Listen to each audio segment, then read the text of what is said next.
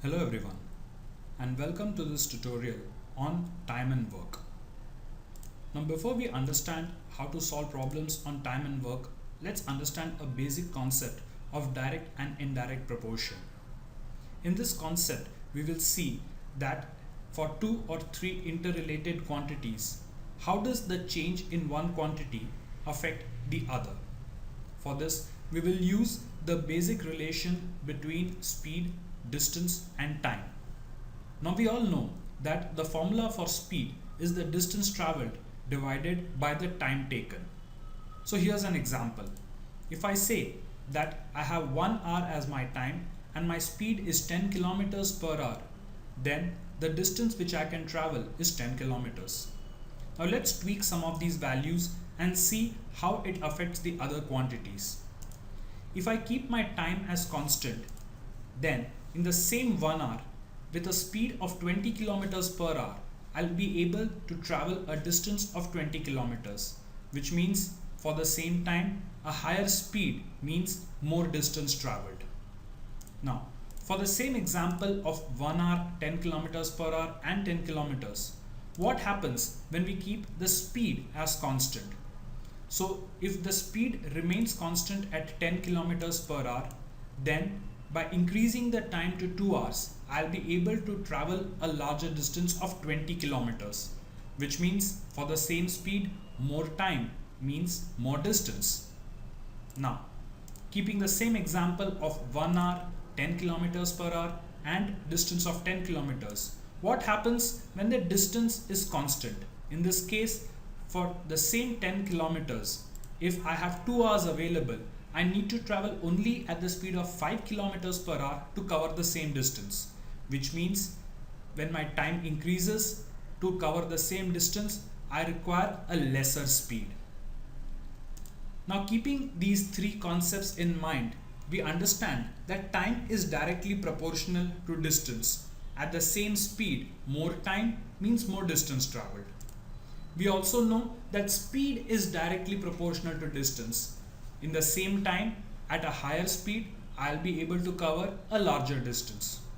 However, speed is indirectly proportional to time, which means for the same distance, if I'm able to travel at a higher speed, I will take lesser time, or if I have more time, I need a lesser speed to cover the same distance.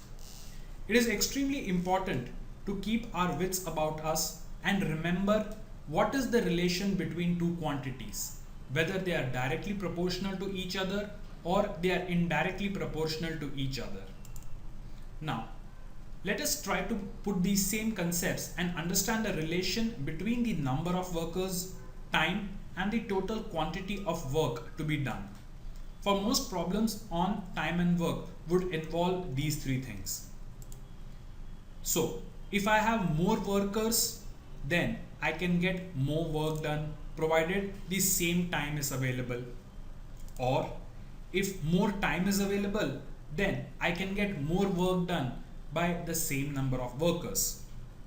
But if I have more workers, then I would require less time if the amount of work to be done remains the same. I can also deduce that with less number of workers, if I have to complete the same amount of work, then I would require more amount of time to do it.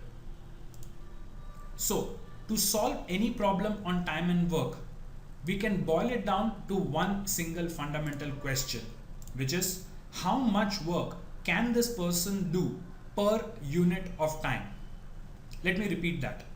The fundamental question that you will need to answer to be able to solve most of the questions on time and work is just this one simple thing.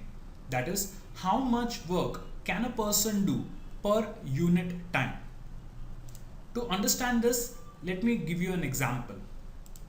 Let us say a person A can complete a work in 10 days, which means I'll boil it down to he does 1/10 of the work per day. Every day, each day, he does 1/10 of the work. If B can complete a work in 20 days, then he does 1/20th of the work per day. So, if A and B work together Then with A completing 1/10 of the work every day and B completing 1/20th of the work every day, together they will be completing 1/10 plus 1/20, which is 3/20th of the work every day. Now remember, if A and B have worked together with the capacity of 10 days and 20 days each, then they have completed 3/20th of the work every day. So if 3/20th of the work has been completed in one day, then the entire work, which technically is 20/20, should be completed in how many days? So using our simple fundamental of cross multiplication, we can calculate this and find out that the answer is 20 divided by 3, because 20/20 multiplied by 1, the whole divided by 3/20 is 20/3, which if we solve further works out to 6 2/3 of a day. Now remember, A had completed the work in 10 days, B can do it in 20 days. So when two of them work together, the total time in which they complete the work should be less than the shortest duration which any one of them takes to complete it individually. A takes only 10 days, so if A is assisted by B, then the work should be completed in less than 10 days. Never ever make the mistake of taking a simple average and calculating as if A does in 10, B does in 20, then together 10 plus 20 by 2 is equal to 15. No. Common sense says that if A can do it in 10 days and somebody helps him, then he should be able to complete the work in a lesser amount of time. Now, there's another concept in time and work, which is the efficiency of a worker. Common sense dictates that if a person is more efficient, then he can do the same amount of work in a lesser amount of time, or the more amount of work can be done in the same amount of time. So, to take an example and understand this, if a person is more efficient, he can do the same work in less time or more work in the same time. Which means if A is able to do a work in 10 days and B is doubly efficient, then he should take half the amount of time. So a person ordinarily completes the work in 10 days, a person who is double efficient will do it in 5 days, that is half the time. So if A can do a work in 5 days, per day he can do 1/5 of the work. Now if B is 25% more efficient, then he is 100% plus 25%, which is 125% of the work done by A per day. So if A does 1/5 of the work, B does 1.25 times 1/5 of the work, which is 1/4 of the work per day. Now, using this basic concept, let us try to solve a few examples and see how they can easily be solved. Let us say A can do a piece of work in 30 days while B can do it in 40 days. Now, if A and B are working together, then how much time would they take to do it? So using our fundamental concept of finding out work done per unit time, in this case per day A can do 1/30th of the work, B can do 1/40th of the work. So together they can do 1/30 plus 1/40 of the work. So 7/120 of the work is done by A and B together every day. So the time taken to complete the work is simply the reciprocal of 7/120, which is 120 divided by 7 days. Now let us say A can do 1/3 of a work in 5 days and B can do 2/5 of the work in 10 days. Then in how many days both A and B together can do the work? Instead of getting confused by all these fractions, let's take it step by step using our basic unitary method. So if A can do 1/3 of the work in 5 days, he can do the entire work, that is 3/3 of the work, in 15 days, because more work, more days.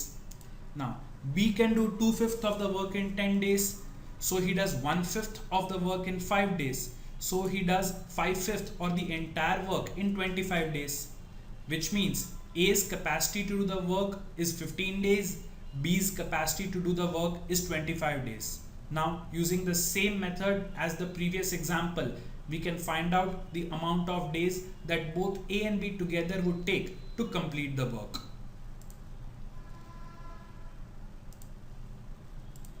Take a look at this example. A is thrice as good as B and is therefore able to finish a piece of work in 60 days less than B. Find the time in which they can do it working together. Now remember, A is the person who is more efficient and hence he will take the lesser amount of time. Let us assume that A takes X days to complete the work. Now B is 1/3 as efficient, so he will take 3 times the amount of time. So B will take 3x days to complete the work. Now it is said that B finishes the work 60 days more than what A takes, or A finishes the work 60 days less than what B takes. So the difference in the number of days taken to do the work, 3x minus x, is 2x days, which is equal to 60. So if 2x is equal to 60, x is equal to 30. So putting the values, we get A takes 30 days, B takes 90 days to complete the work. So using the same fundamentals as in the first example, now we can easily find out how much time working together they would take to complete the entire work, which is 1 by 30 plus 1 by 90, that is 3 by 90 plus 1 by 90. They complete 4 by 90 of the work per day. So total time taken would be 90 divided by 4, which is 45 divided by 2, which is 22.5 days. It's given that 5 men can complete a work in 2 days, 4 women can complete the same work in 3 days, and 5 children can do it in 3 days.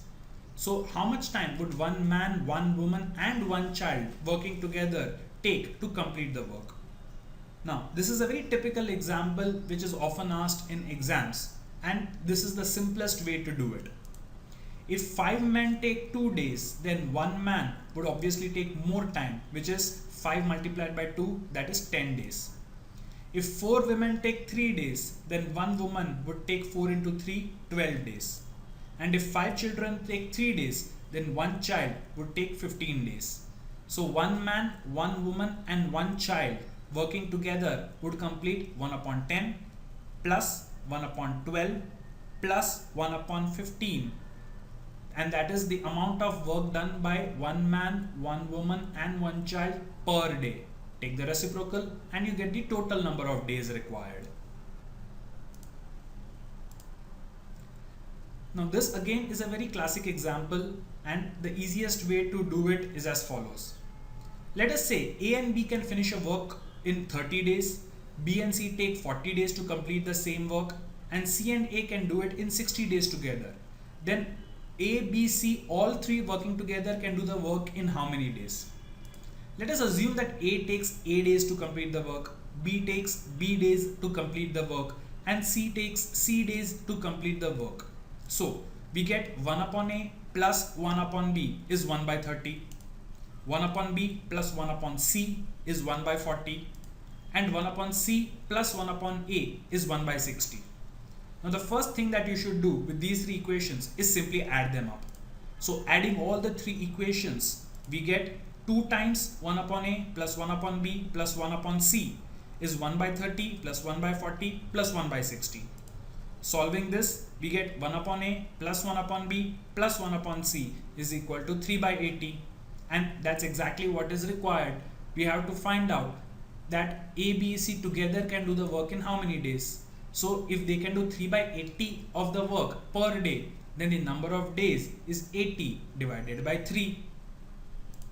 So the number of days for all 3 together is 80 by 3.